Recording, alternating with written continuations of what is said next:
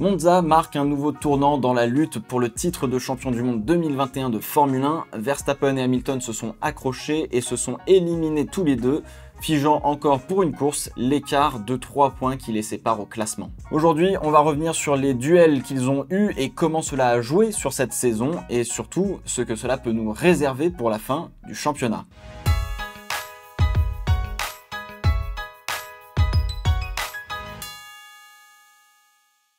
On commence par le premier Grand Prix de la saison à Bahreïn. Verstappen revient et doit dépasser Hamilton pour prendre la tête du Grand Prix dans les derniers tours. Verstappen se rapproche fortement au virage 1, Hamilton se décale tardivement pour protéger l'intérieur. Verstappen reste à l'extérieur et ne tente pas le diable tout de suite. À la sortie de l'enchaînement 1-2-3, on a une ligne droite et un freinage pour le virage 4.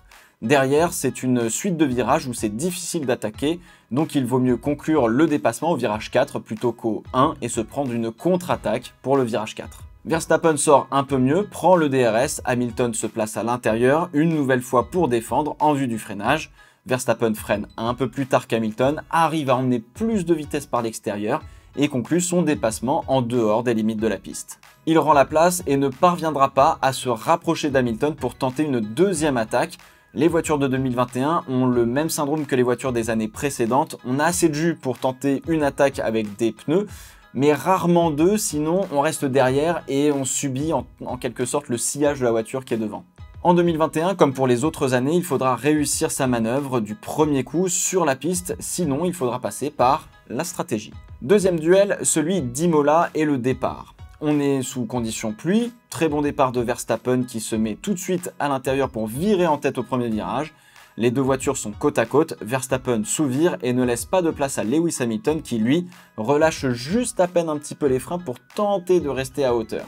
Comme je vous l'ai déjà dit, pour dépasser par l'extérieur, être à la même hauteur que son adversaire ne suffit généralement pas, car là vous comptez sur son bon vouloir. Il faut être devant et ne pas lui laisser le choix que d'abdiquer le virage et vous laisser passer. La manœuvre de Verstappen est très agressive, mais Hamilton et d'autres par le passé ont eu exactement le même comportement au premier virage. Dans ces conditions, j'aime à penser qu'il y a vraiment du sous-virage. Les voitures arrivent vite, on est un peu plus au pif, on va dire, sur le point de freinage.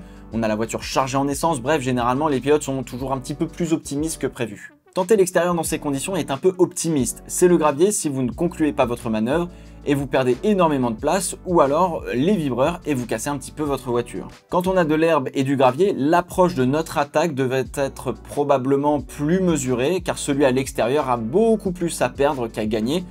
Pas de sanction, c'est agressif, mais c'est la course et on vient voir ça aussi, il faut être tout à fait honnête. D'Imola, Hamilton repart avec une info qui est capitale. Verstappen fermera absolument toutes les portes et ne fera aucun compromis, que ce soit en attaque ou en défense. Un peu à la Ayrton Senna, où tu me laisses passer, ou on se met au tas tous les deux. Portimao marque la réplique d'Hamilton. D'abord dépassé par Verstappen à l'extérieur au virage 1, on voit que Hamilton prend plus de précautions car, encore une fois, Verstappen ne fait pas de compromis lorsqu'il lance une attaque. Avec le jeu des arrêts, Hamilton ressort derrière Verstappen, Hamilton le passe sur une défense peu agressive où Verstappen se met milieu de piste, Hamilton plonge à l'intérieur et termine sa manœuvre. Verstappen tente de s'infiltrer au virage 3 à l'extérieur et Hamilton ferme la porte très fermement, obligeant Verstappen à lâcher l'accélérateur, sinon c'est la sortie de piste. Verstappen vient de prendre l'info que ses défenses ne sont peut-être pas assez agressives puisqu'il laisse un boulevard de choix à Hamilton. Faut dire que dans cette configuration, Verstappen ne pouvait pas faire grand chose avec le DRS de Lewis Hamilton. L'info va dans l'autre sens à Hamilton. Verstappen ne ferme pas assez ses portes en amont d'un virage, donc se jeter à l'intérieur est tout à fait une possibilité. C'est un des points faibles de son adversaire. Verstappen vient de prendre l'info aussi qu'Hamilton, en fermant fermement la porte au virage 3, est capable d'être agressif et de ne pas faire de compromis. Hamilton, avec le duel d'Imola en tête, a mis en pratique ce qu'il a appris de Verstappen sur la manière dont il fait la course. En Espagne, le départ est assez chaud et Verstappen se jette littéralement à l'intérieur. Sa position sur la piste montre qu'il a eu du mal à prendre le virage, mais Hamilton, de manière assez surprenante, lui a laissé le choix d'avoir la place à l'intérieur. Il n'a pas défendu, on peut considérer cela comme étant probablement une petite erreur de la part de Lewis Hamilton.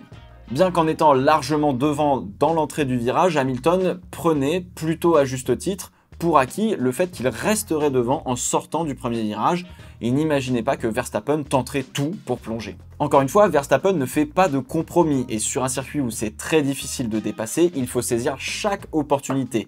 Hamilton a été un peu gentil sur sa défense, mais sa force a été de se dire qu'il y avait plus loin que le premier virage pour reprendre les commandes de la course. L'info essentielle pour Hamilton, c'est que Verstappen saisira encore une fois toutes les opportunités, même les plus minimes, car il y a un championnat du monde en jeu.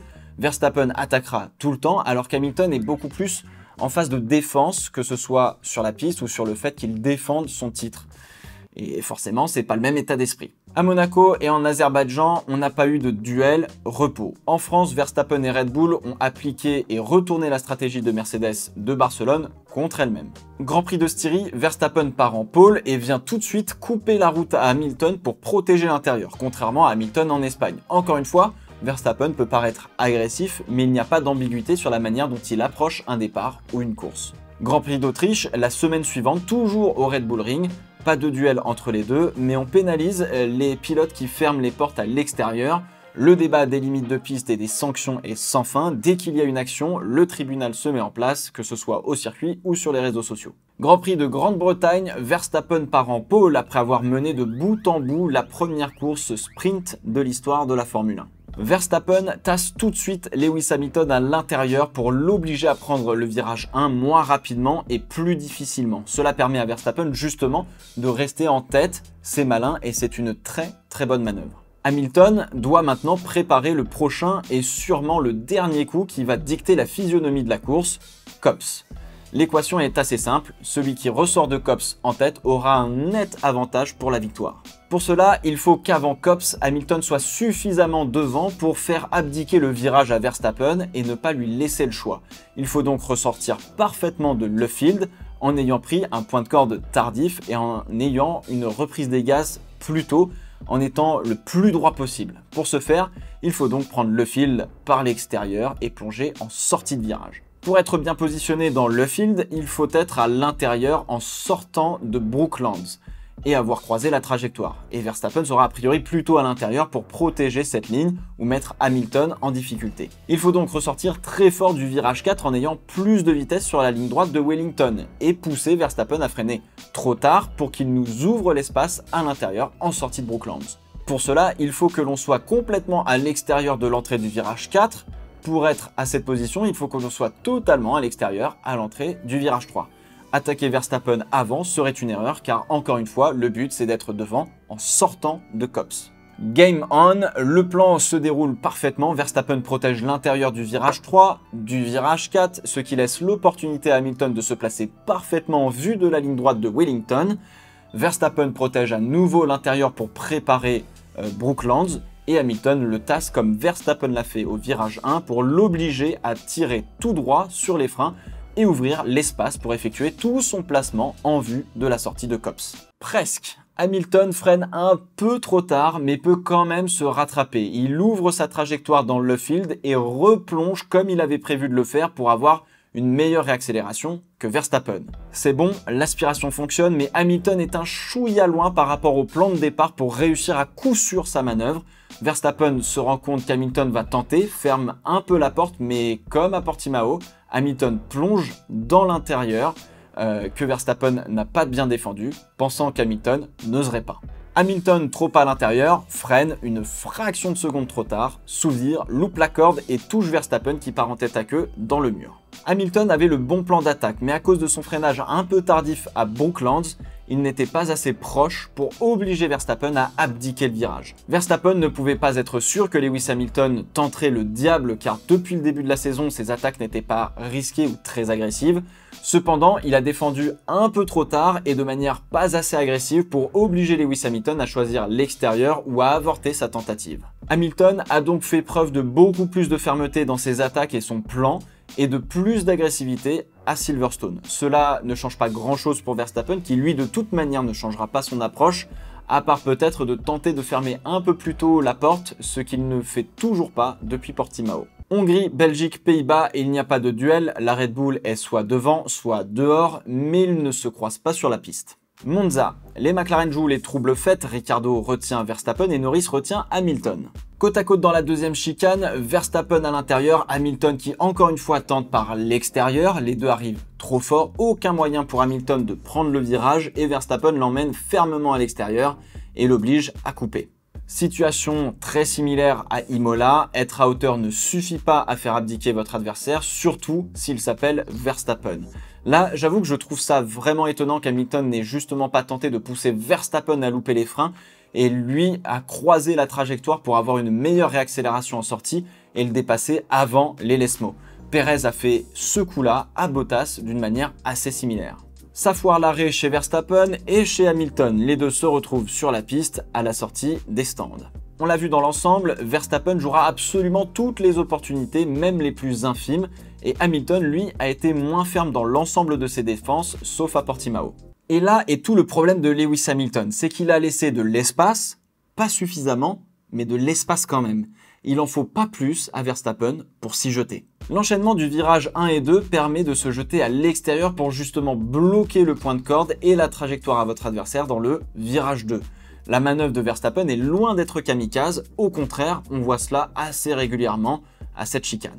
Hamilton s'est un peu puni lui-même par son manque d'agressivité dans sa défense face à Verstappen et dans son approche pour l'attaquer à la deuxième chicane. Et ce que je trouve un peu plus surprenant, c'est que il a toujours pas l'air d'avoir compris qu'il fallait être plus agressif en amont avec Verstappen et ne lui laisser aucun choix. Hamilton aurait dû effectivement fermer plus à l'extérieur et obliger Verstappen à court-circuiter la chicane ou à avorter sa tentative. Ou alors laisser bien de la place et croiser en sortie pour être devant pour la deuxième chicane. La tentative d'intimidation de tasser Verstappen avant l'entrée du virage aurait fonctionné contre probablement n'importe quel autre pilote, mais contre Verstappen cela ne peut pas marcher, en témoignent tous les duels que l'on vient de revoir ensemble.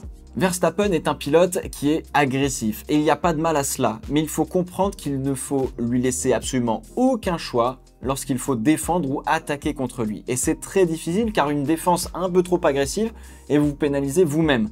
Trouver un juste équilibre est très complexe. Alors oui, évidemment, je suis comme vous, j'adorerais les voir côte à côte sur 4 ou 5 virages, qu'on puisse à peine mettre une feuille de papier entre leurs roues, mais plus on avance dans le championnat, plus ça sera sec et agressif. En fait, le but, c'est pas de mettre son adversaire et soi-même dehors, mais c'est de l'obliger le plus tôt possible à avorter sa manœuvre. À Copse, c'était trop tard et la manœuvre a été loupée. Au Rettifilo, ça a été pas assez ferme et donc ça s'est mal terminé. Dans tous les cas, Verstappen sera probablement le plus agressif des deux. Et là où Hamilton a une force en temps normal qu'il a un peu perdu au fil de cette saison, je trouve, c'est d'avoir suffisamment de recul pour savoir qu'il peut avoir Verstappen à la force de la stratégie ou sur un autre dépassement. En témoigne le Grand Prix d'Espagne qui est un magnifique pied de nez dans la tête de Verstappen.